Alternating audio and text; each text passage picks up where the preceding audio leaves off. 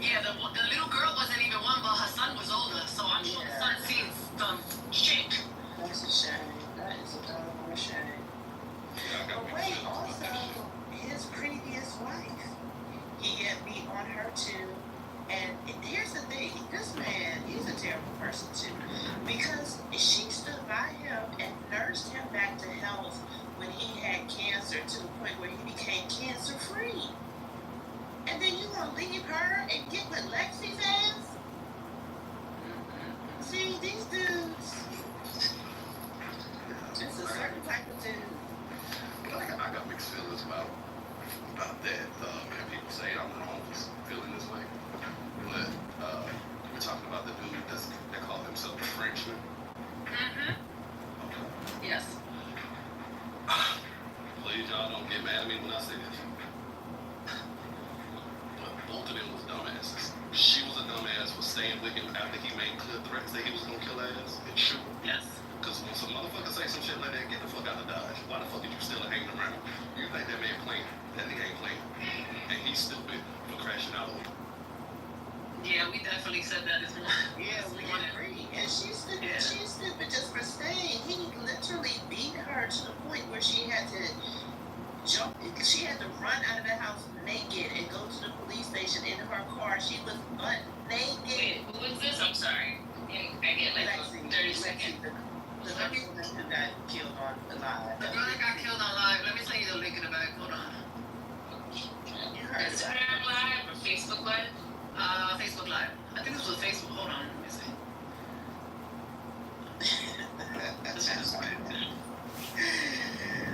Quinn just came in, and I'm just thinking about how yesterday when I ended with like a church amen, he was like, "Oh wow."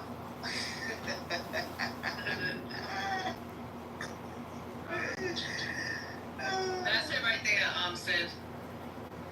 But that's why there's so, like I work with DB clients all the time, and I have to be very, very careful because, that's why I ask people permission. Can I mail things to your home? Can I text you? Can I call you? Because some of my clients that are experiencing still in the DB situation now, and we're trying to help them, I can't mail things to their home, right? Because the husband, the partner will open the mail or whatever, It's like, but there are a lot of resources, especially in the more bigger cities.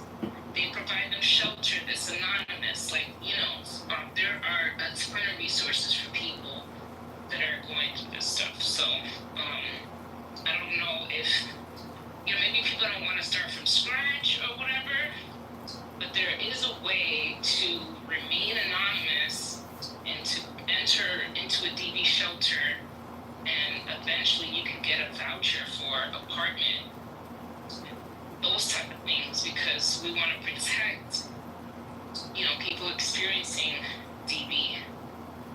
And maybe there's a wait list and stuff like that, but you could be in a shelter in the meantime.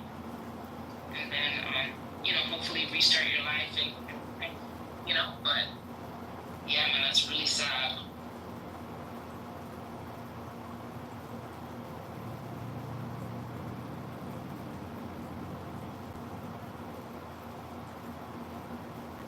Yeah, she was just sort of used to it, like she was laughing off, like even before he threatened to kill her, he said, and I'm gonna beat your ass.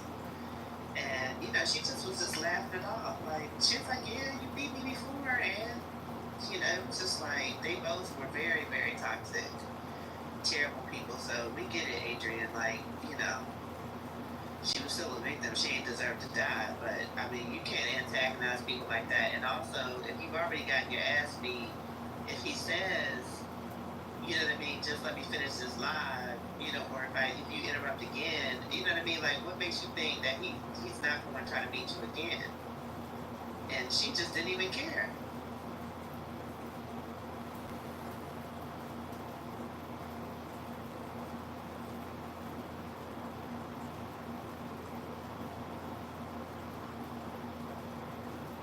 I'm waiting to see if this lady comes back. Had settled with Cassie before the lawsuit was filed, before it was made public, would we be here? Right, that's a fair question. Well, Nancy Nicole D asks, if Cassie had been married to Combs or lived with him in California, responded by making her able to sue for alimony instead of the short-lived New York Victims Law, which is, I believe, the law that she would use to file a lawsuit against him in November of 2023. Got everything going. Would Combs be here today?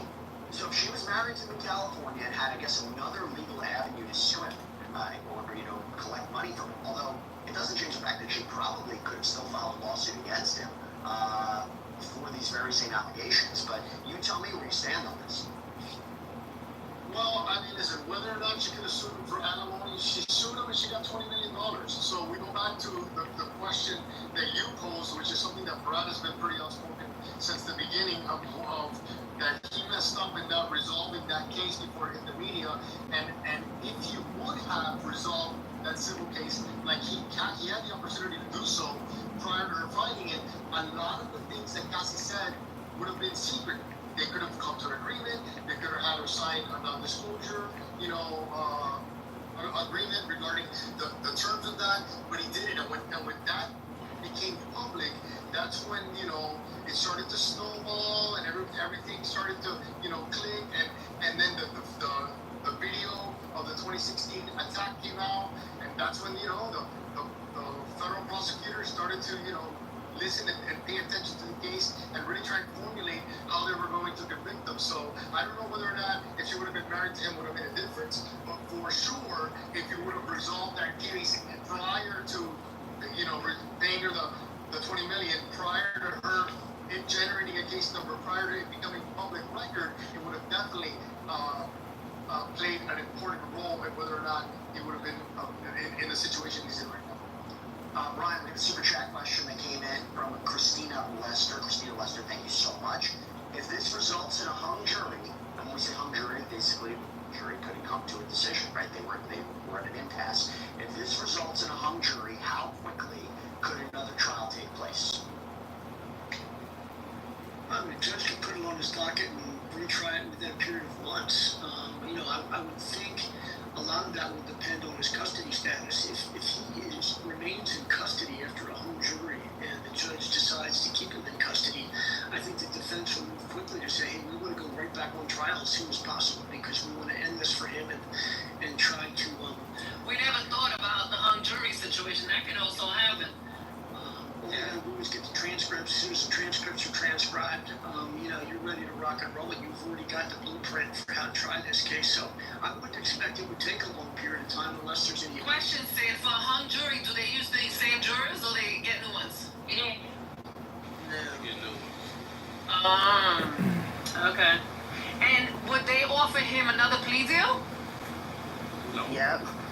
They could, because there's why do this over again? You want to save the taxpayers' money if you can. Okay. So, you know what I'm saying? But he's so arrogant, he wouldn't take it. After the hung jury, which I'm not so sure they'd have the ability to do anyway. So quickly, I would think it would be quick, particularly with an incarcerated defendant like this. I mean, he wanted to go to trial quickly on this. It's kind of rare to have a federal case go It'll be a year that he's been there. have arrested indictment, but he was going full steam ahead. He didn't seem to be, once he couldn't make bail, he didn't want to spend one Now he got something to rap about when he come out. and getting acquitted. This is from Purple Sammy X. I'll go to you, Mauricio. Hi from England. Hey, that's amazing, so far away. What do you think the verdict will be as of now? And if guilty, how long do you predict he'll get? Listen, that's a good question because they can convict him on a multitude of things. They can come back and convict him on everything, and then he would be looking at possibly a sentence over 25 years, including up to life. Or they can, convict him of some things and acquit him of others. We've spoken a lot about the difficulties involved in the RICO, in the RICO count. But jurors, anytime that your freedom is in the hands of 6 or 12 or 14 jurors, anybody that does what we do or what attorneys do knows that you have no idea what they're going to do. Everybody that's a trial attorney has won the ones that we should have lost, and we've lost the ones that we should have won. So jurors, for the most part,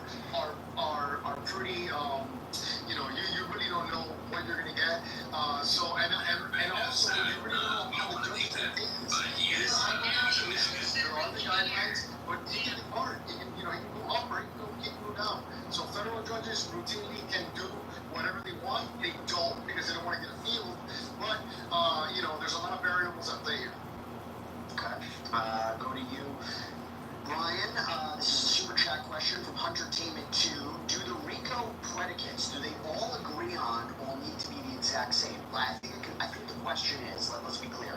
I guess there's 8 underlying predicate crimes, right? The prosecution needs to prove at least 2.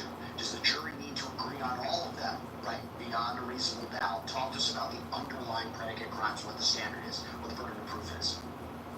Yeah, they have to have unanimity on at least 2 predicates. So, whatever predicates they are unanimously agreed on, whether it be guilty or not guilty, they have to inform the court of that. And if there are 2 predicates, if they are unanimous on, all agree as to that predicate act, and there are 2 of them, then they've sustained their burden and it will be a guilty verdict.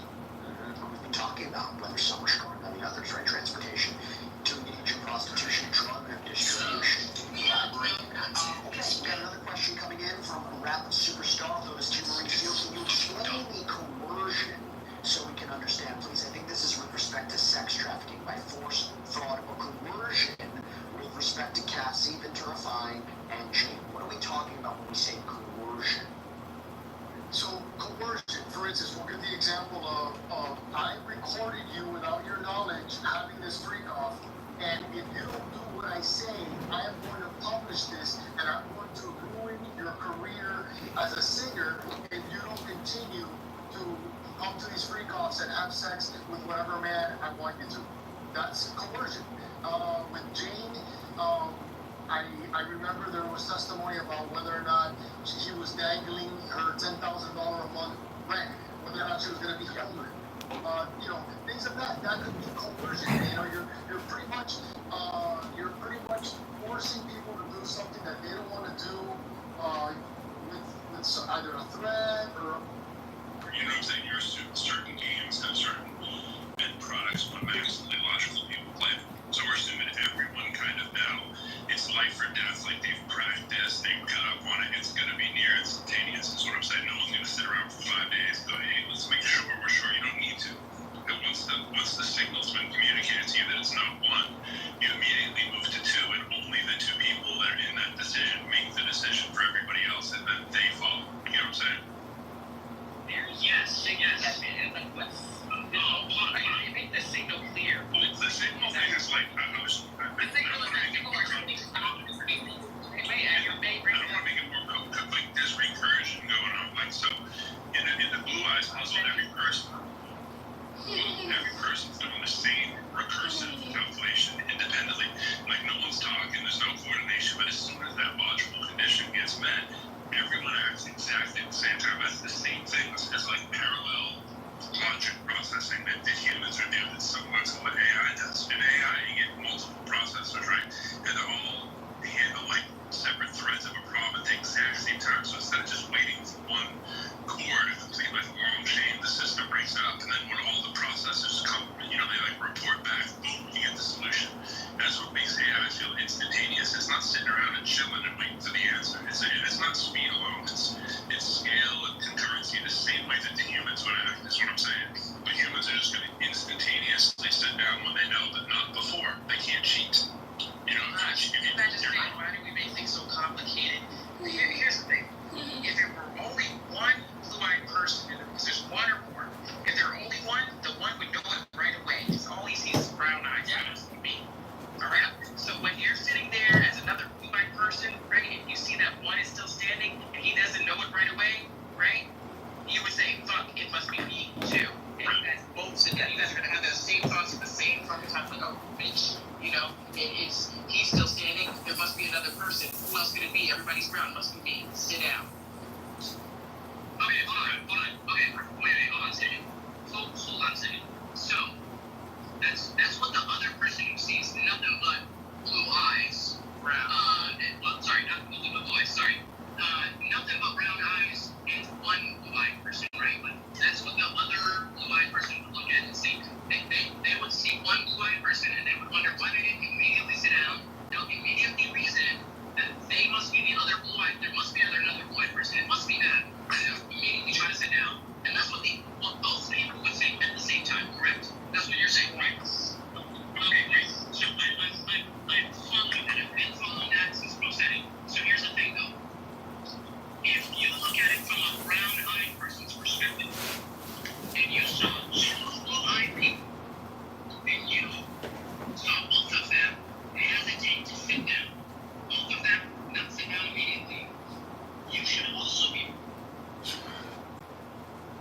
did say Sierra Leone, and she's smart enough to know it's in West Africa.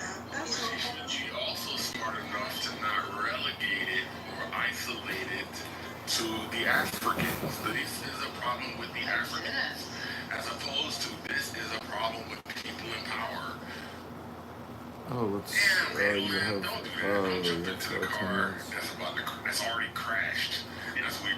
It's the white women mobile. I didn't want to. Hey, but what about this? What about this? Okay, so yeah, I don't disagree with your wider, thing. But, okay, so people. No. So people want all this power, right? But what is it they want? The showing off. So what does that actually get you? What if we break it down? I love to break it way down. So what does it get you? Does it get you attention? If you show off and you impress people, well, why? You just want to impress people? You get the What women. comes under You get the women. what do you get from it? So you get women from it. The reason why people care more about relative status more than Of they care about course. absolute wealth. Like Oh, people would alright. rather be the richest Well, person in a poor neighborhood than the poorest okay, person in I'll, a really rich neighborhood. They care more about their relative wealth than their absolute wealth. Exactly. Why? Because women care about relative wealth more than absolute Buddha wealth. has symbol People care about getting women. Right, exactly. Because what you get is attention. If you get impressed, so let's say as in a general way, impress somebody. What are they going to do? Well, they're going to try to service you. They're going to be on their best behavior. They're going to try to impress you. They're going to give you attention. So it all comes down to our social. We're super social animals. So it all comes down to that, I guess. Sexual, social, emotional. We're going to get that stimulation. That's why the inequality of it matters so much. It's interesting. Once again, I'm always an I'm not outlier. available. The Okay, most is lost that. cultures are Gentile, the Oh, Amish, well, whenever. Slavists, rural Japanese. Because let me know. Don't people get started on the Amish? You know, I have whenever. direct experience with the Amish. They're not And fun. parity, whereas the most ostentatious cultures, we got United Arab Emirates in Dubai, you got Nigerian elites, you got Russian Nouveau Riche, you got some Indian wedding Bollywood type shit. Do you know how rich most Amish people are? Are they rich? They're like wildly rich. That's sweet. But they don't show off, they don't wear bling, they don't gold. No, they just gold, buy more and more and more and more land that they don't know what to. which is awesome, which is And they do have their own versions of showing off. It's just the Amish showing off. what's the Amish way to show off? The nice horse, the nicest buggy, the best off-grid system for your house, paying to build the church, all sorts of stuff. What in the Amish world? I'm curious. What gives social power? So let's say a woman and she wants to marry the best guy and get the best husband. What gets her that? She Being would greedy. probably marry someone that's a church elder that has control over sort of setting the norms for the community. If you're pretty and you're docile, you'll do alright, I think, for the Amish one. Can't be too docile. Just docile enough not to get noticed. If you're too docile, your brothers will start raping. Brothers. Oh my God. Yeah, it's a problem. What ensures you that you can get one of these guys every time, every time? These guys? When you say brothers, you don't mean your blood brothers. Yeah, That's great. there's a documentary on Prime called Sins of the Amish, which has women that escaped their Amish communities that talk about what happened to them. That's part of the problem is they're so insular, and Keep it in the they do crazy stuff. Yeah. Family, Like this one woman was talking about how she locked the door on her room, and her brother literally took the hinges off the door so he could come in and molest her. I don't really understand. With cultures like that, I don't really understand what's to stop the girl from in the middle of church being like, my brother molested me. Because they blame it on the woman. They say you tempted him, it's your fault. Okay, well, how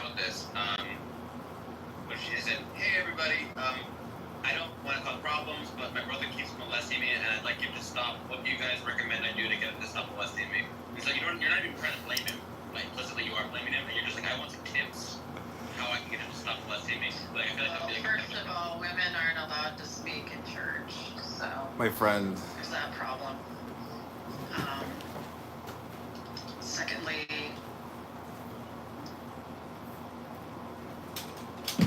Okay, this is 10 minutes of Tanya. I've invited a bunch of people to the room via cell phone text messaging.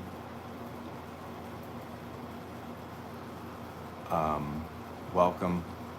I hope this is a nice interruption for you from your typical Clown House conversations, which are of incredible value. For example, talking to Amir this morning. Wow. I mean, I gotta say, it is actually kind of entertaining. It's kind of ridiculous, you know, with Black Rabbi and Caleb, and it's like all these different people with all these different positions, and there's no education. It's just like donking on each other, shitting on each other, shit testing each other. I invited El Normo. So El Normo has a copy of the Tanya with Rabbi Rami Shapiro's commentaries. So, but he said he's not available, unfortunately. Let's see if anybody else replied now. And you said you're going to the gym, then jujitsu?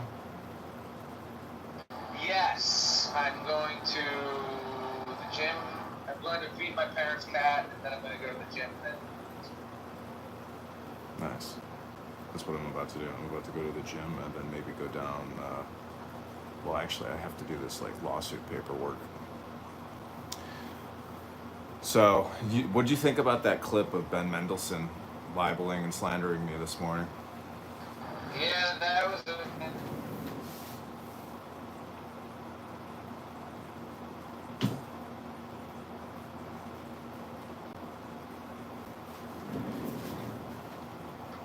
I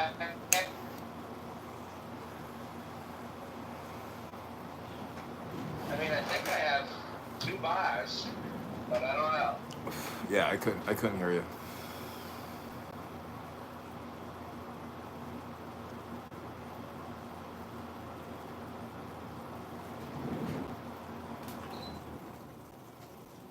Okay, how's the audio? Can you hear me?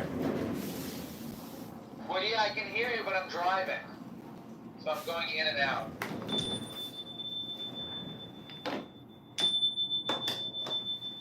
Shmar Yahoo. Okay, this is Tanya. This is serving God. Let me turn this off.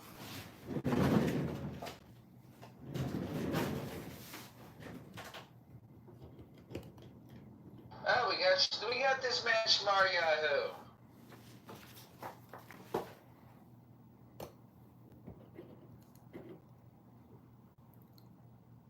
Okay, this is 3 minutes of Tanya. Here we go. Serving God. And you will return and see the difference between the righteous and the wicked, between those who serve God and those who serve God not. There are 2 types of in-betweener, those who serve God and those who do not serve God.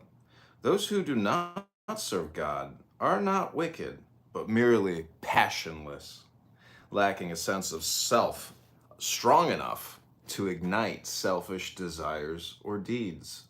They keep the way of God by default, which is why they are said not to serve God at all.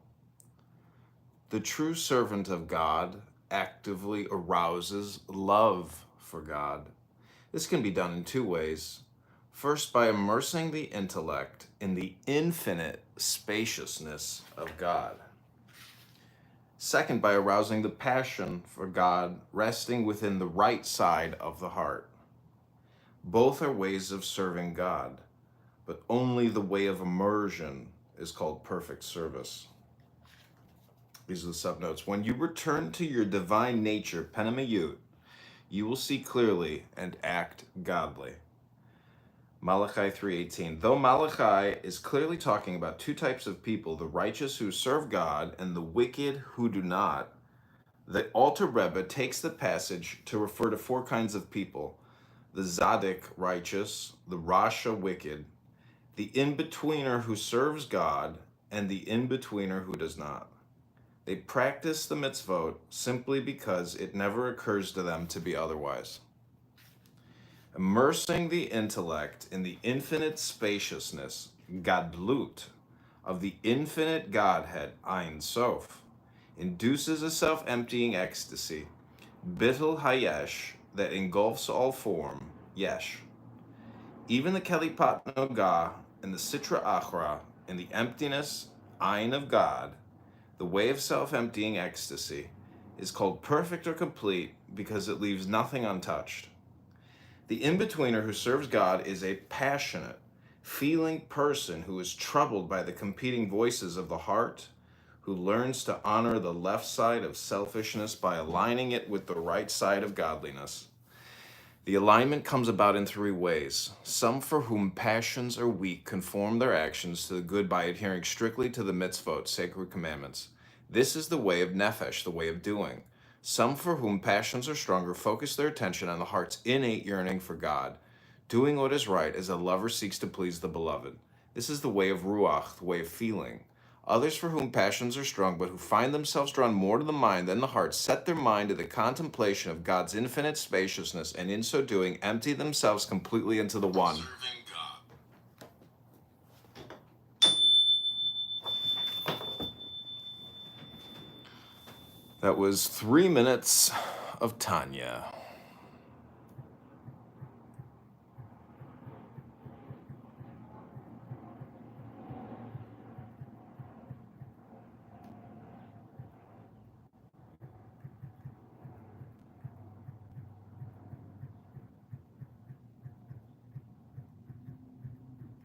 So when it says that there's like a left side of the heart and the right side of the heart, do you think it's stage right or stage left?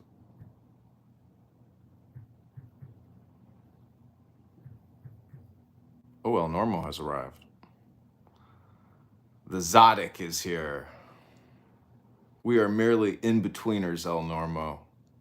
We need the guidance of a Zadik. And since you got the biggest Zadok, it's imperative that you're here. Peace, blessings, and strength to you, El Normo.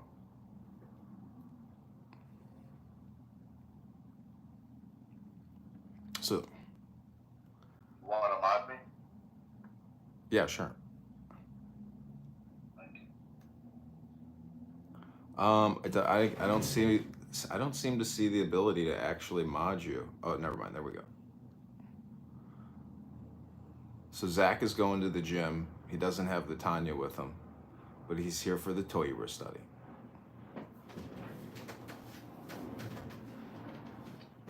So we're going to read some Tanya. Yeah, we just read 3 minutes of Tanya on called. Read, I just, I'm not a. Can't hear you. What did we read? We read a chapter called Serving God. Let's have a look. Is that from that book? Yeah, it's page 51. Hang on, I got it.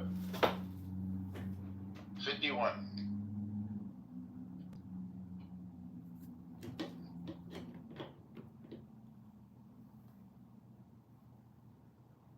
Wow, it opened to that. That's weird. I just flipped it open. I don't know. Can you hear me right now? I have 2 bars. Yeah, we can hear you. Yeah, because that's where I opened the book to, too. It just seems like a natural place where your thumb flicks it open. That was a really nice one. I was listening to, I heard most of it while I was driving, and it was beautiful, and it was a complete antidote to what I was listening to before, to Amir's room, and it was an antidote to Mr. Anderson talking his nonsense. And what I really liked, one line was something about how, like, the good work is going to engender love of God in others or something like that. What did it say? Like, the challenge is to make others love God too. Or something.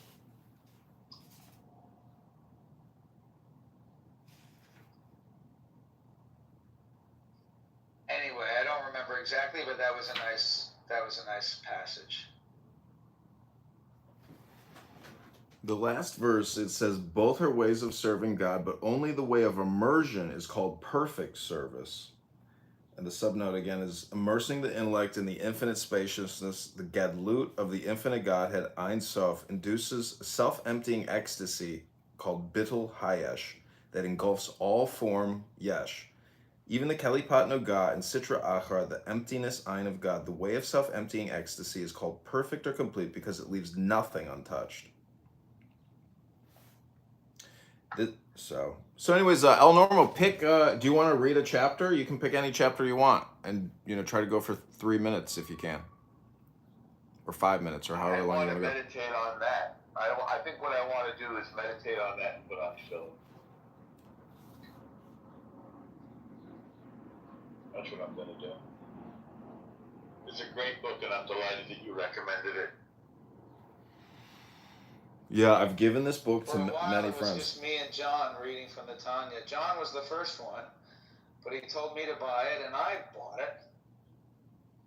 Can you find, though, one of you, can you find earlier in that passage where it says the thing that I'm referring to and maybe reread it, the part about how, it's made, expanding love. It's something about, encouraging other love of God. The true love should encourage love of God or something. It was maybe a third of the way through. I don't know if you know what I'm referring to. Norm's gone, but I wish I had my book to find it.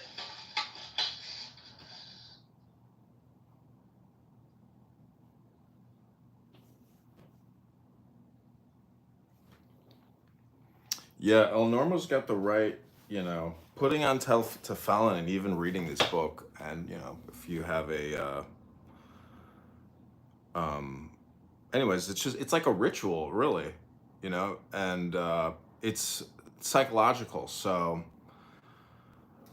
if you practice this stuff, if you come on this app and you do what we're doing now instead of doing what you're doing with a mirror, even Caleb, I'm just like, I cannot believe Caleb even gives these people this much time. I know he's doing it because he wants peace, and brotherhood, but at the same time, the opportunity cost of doing this type of communication, this is just so much more valuable in terms of your time. So it's just recording people on here being social is unbelievable, because what you're really doing is, since I'm recording it, people are creating personality biometric data, in Google, in Meta. So it's just you are your words, but that also means you are what you listen to. So if you listen to T-Robs or Amir, in this weird dualistic, non-dualistic way, you become Amir and you become T-Robs. Therefore, it's imperative that you don't listen to them. That's my opinion. If you really want to be, eyes on the prize, you don't listen to these people. Anything because once you've taken a sample, there's no reason to take any more samples. So it's a you problem to continue listening to them. That's my opinion. Unless you're bootlegging them for archive purposes, or as we discussed, legacy spam. I think my particular type of insanity is that I keep hoping that bad people will magically become good. But they won't, because they're never going to read this book. They're never going to read a lot of books. They're just going to maintain. I think that you're one of the few, I hear exactly what you're saying, but I think that you're one of the people who can relate to me on this, because, and they talk about this, the Yetzer Hara. They say that the greater the Yetzer Hara, the greater the potential for Yetzer HaTov. Does that make sense to you? Yeah, but that's saying, it's like saying you can go far left and therefore you can go far right. It's all it's saying. It's because you yourself have done evil things, and you yourself have looked in the mirror, and you yourself have said, I regret being that way, I'm going to try to be better. Then we know how hard it is to resist the evil temptation. We know how strong the pull of the evil temptation is. Therefore, I can relate to Amir and his pull towards evil temptation, but I keep hoping that he will someday become like me and feel a desire towards becoming a better person. But you see, the thing is, you are essentially saying that he should depoliticize, and therefore he'd be better. But uh, that's the thing, is this book is very depoliticizing because it deals with the Ein Sof, which is, you know, the universe, and the universe is not necessarily political; it's metaphysical. So these people never get metaphysic, and therefore it's really just that stagnant echo chamber conversation that will never change. And so, you know, that's why this book is special, especially in Jewish theology or philosophy, esoteric study. It's an important book to read. And every time I go to Chabad, I always meet somebody, you know, because a lot of people are depressed. A lot of people are not happy. And they're looking for solutions and answers. And they don't even necessarily get what they need at Chabad because Chabad doesn't pass this book out. You know, it's a very adult book because it's mystical. So um, every time I go to Chabad, I've always been like, "Have you ever read the Tanya?" And they get some young guys like, "No, I never read that. What is? I've heard of it. What is it?" And then I send them this link, and I've had people buy the book on the spot at Chabad, at parties, at functions. They're like, "I'm buying it right now." So it's interesting. This book is a viral book in many ways, I think, because it's universal and it's smart.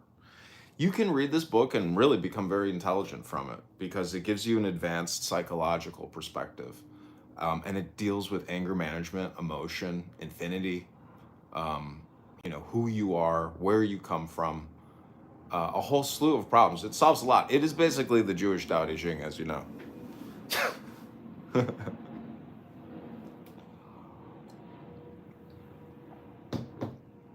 It's also kind of similar in length to the Tao Te Ching. Um, but you know, there's a lot of like associated books to this book. I have a book, it's like called the Rebbe or something. It's about the Alter Rebbe who got put into prison and like miracles of his like prison experience. Um, so there's a lot more to this book, but there's like an actual history to it. Um, so it's an interesting book. Anyways, let me read 3 more minutes for you and then we'll end the room. Do you have 3 more minutes?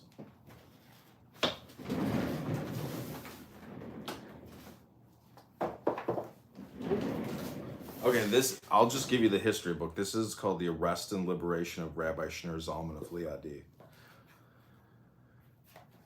This is page 63.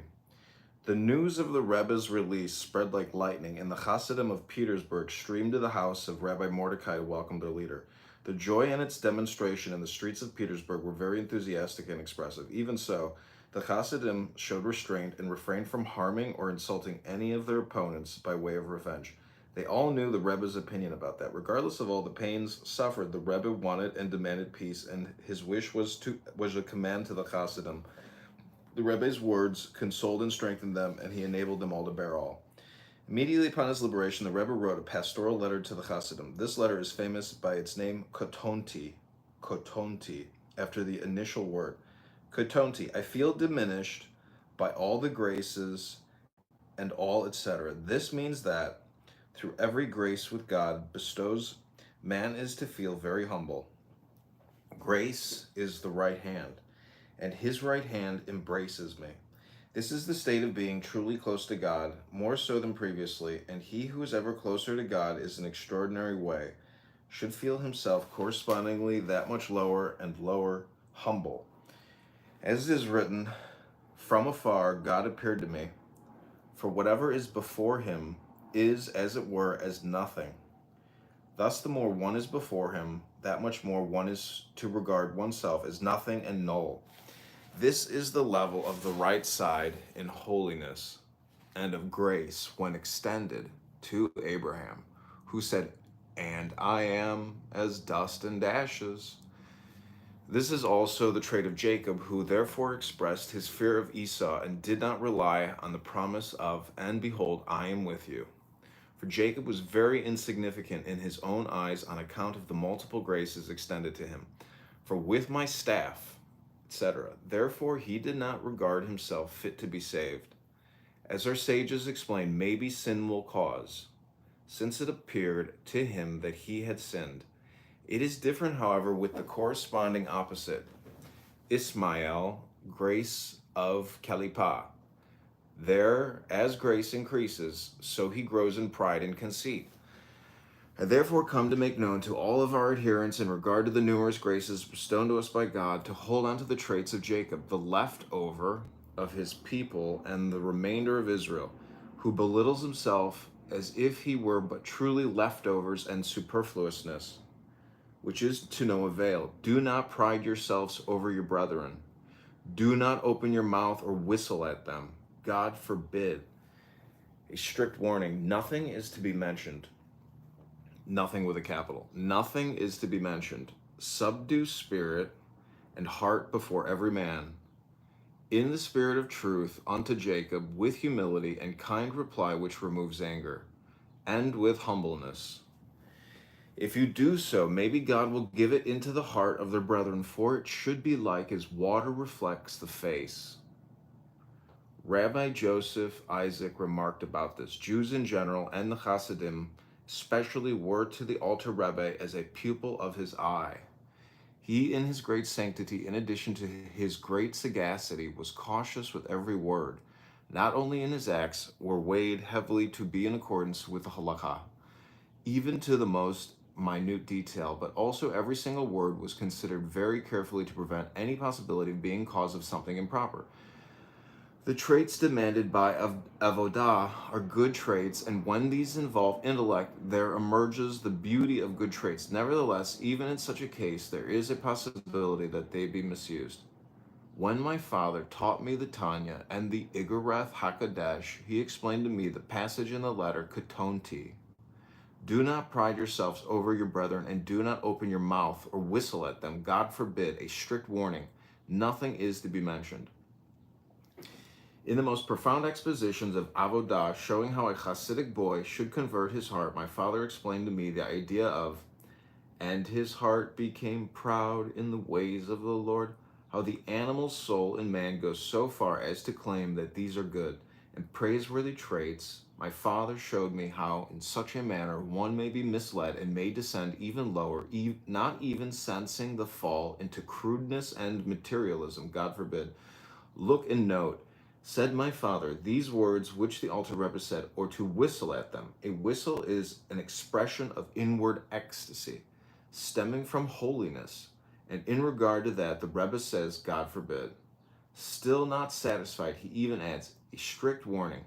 Nothing is to be mentioned.